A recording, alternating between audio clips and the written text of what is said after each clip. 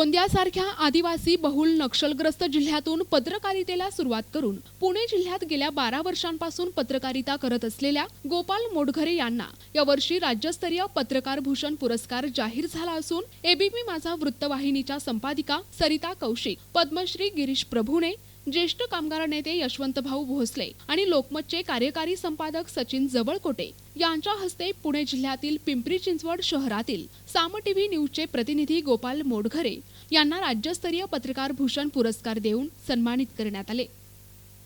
मराठी पत्रकारितेचे जनक दर्पणकार बाळशास्त्री जांभेकर यांच्या जयंतीनिमित्त राज्यात दिनांक 6 जानेवारी रोजी पत्रकार दिन मोठ्या उत्साहात साजरा करण्यात येतो।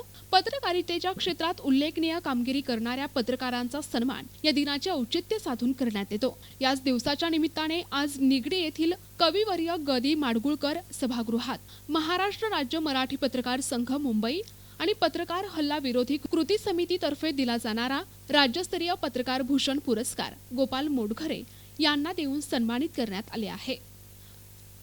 प्रतिनिधी राधा किसन चुटे, NTV न्यूज मराठी, गोंदिया।